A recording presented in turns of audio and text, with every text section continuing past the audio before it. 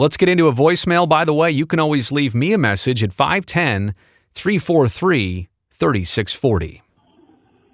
Hey, Brody. My name is John Heredia, calling from beautiful Sacramento.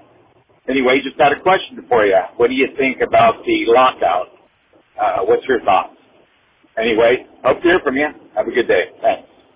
Thanks, John. I appreciate the call. I don't know when you left this message, but I got to say things have actually dramatically changed in the last couple days or so, and not for the better. It does seem like these two sides are pretty well dug in, and they have been getting together. They have been communicating. That's the good thing, but it just doesn't seem like that breakthrough is anywhere close, and it may not even yet be on the horizon. Now, I say this as mostly an observer.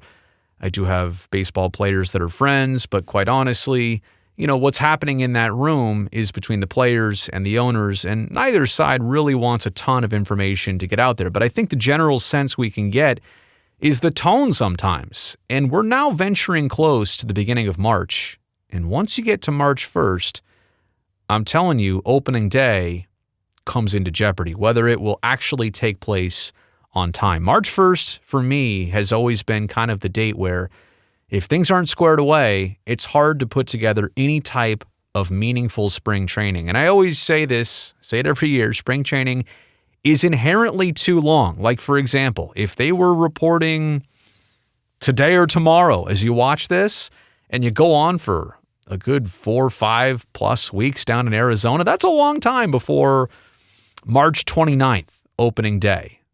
But to try and pull it off in 2 weeks, maybe even 3 weeks, and let's also not forget here, teams don't even have maybe the rosters that they're going to end up with eventually. There's a lot of teams, like the Oakland A's, who still may want or need to maneuver a ton with their rosters, but back in December or December 1st when this lockout started, they had no clue what they were going to do with their team. They held off.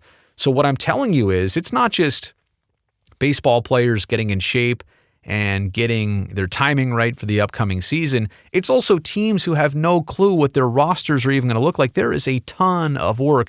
There is an avalanche of work to get started, hopefully as soon as the lockout clears up.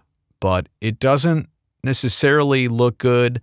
I know there were a lot of people who didn't like the comments of Rob Manfred the other day where he assessed things. I also know that a lot of people are not necessarily thrilled with the fact that both sides are good with doing away with pitchers hitting in the National League. A universal DH seems like it's for certain on the table starting next season. But anyway, John, I know that was a long way around saying this. Thank you for the call. I wish I had better news, but I'm telling you, crunch time is here. We're down to the final weeks and days. March 1st for me is when opening day is in jeopardy. I certainly don't want to see any games missed, any season delayed. They'll figure it out. If spring training has to be condensed, they're professionals. They'll figure it out to a certain degree. But after March 1st, I think we're in trouble.